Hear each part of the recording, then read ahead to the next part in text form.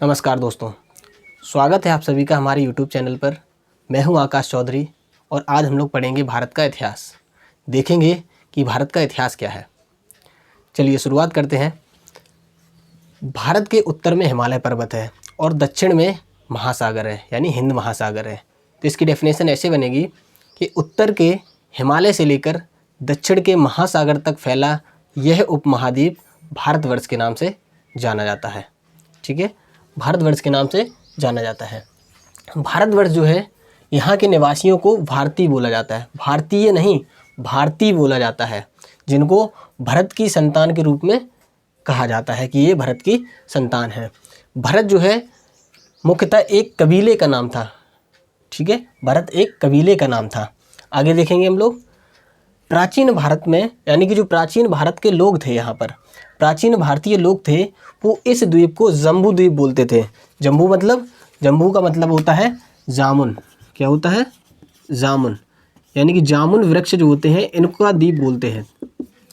जामुन वृक्षों का द्वीप बोलते थे प्राचीन भारतीय लोग। ठीक है, चलिए अगला देखेंगे।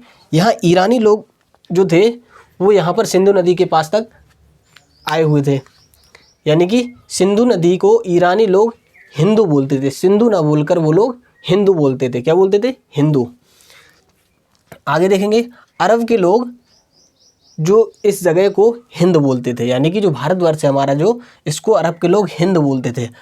हिंद जो है एक फारसी भाषा का शब्द है। हिंद एक फारसी भाषा का शब्द है।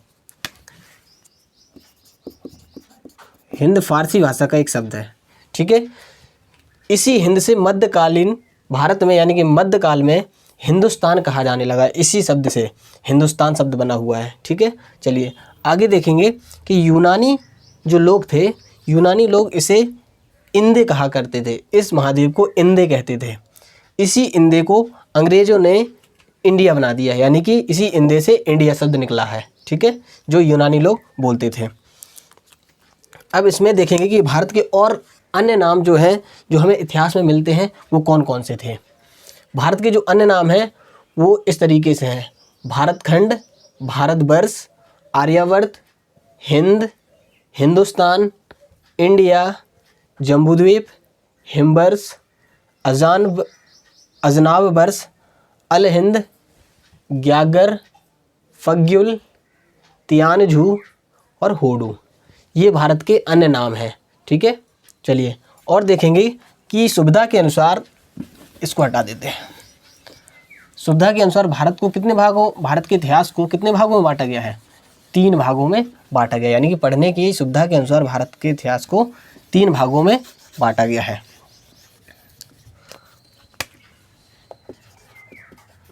भारत के इतिहास को 3 भागों में बांटा गया। कितने? 3।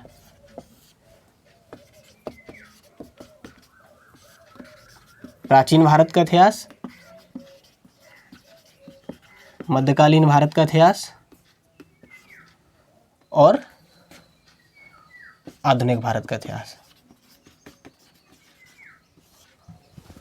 ठीक है, इन 3 भागों में बांटा गया है। सबसे पहले जो इतिहास है, इसको 3 भागों में बांटने का श्रेय क्रिस्टोफ सेलियरस,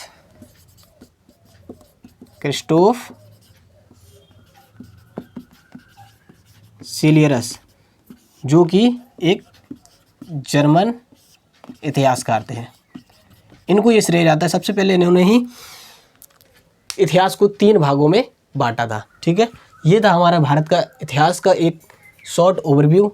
इसके आगे हम कल शुरू करेंगे प्राचीन भारत, और इसके बाद फिर मध्यकालीन और आधुनिक भारत, इसी तरीके से और आगे हम सीक्वेंस में पढ़ते चलेंगे। ठीक है, धन्यवाद।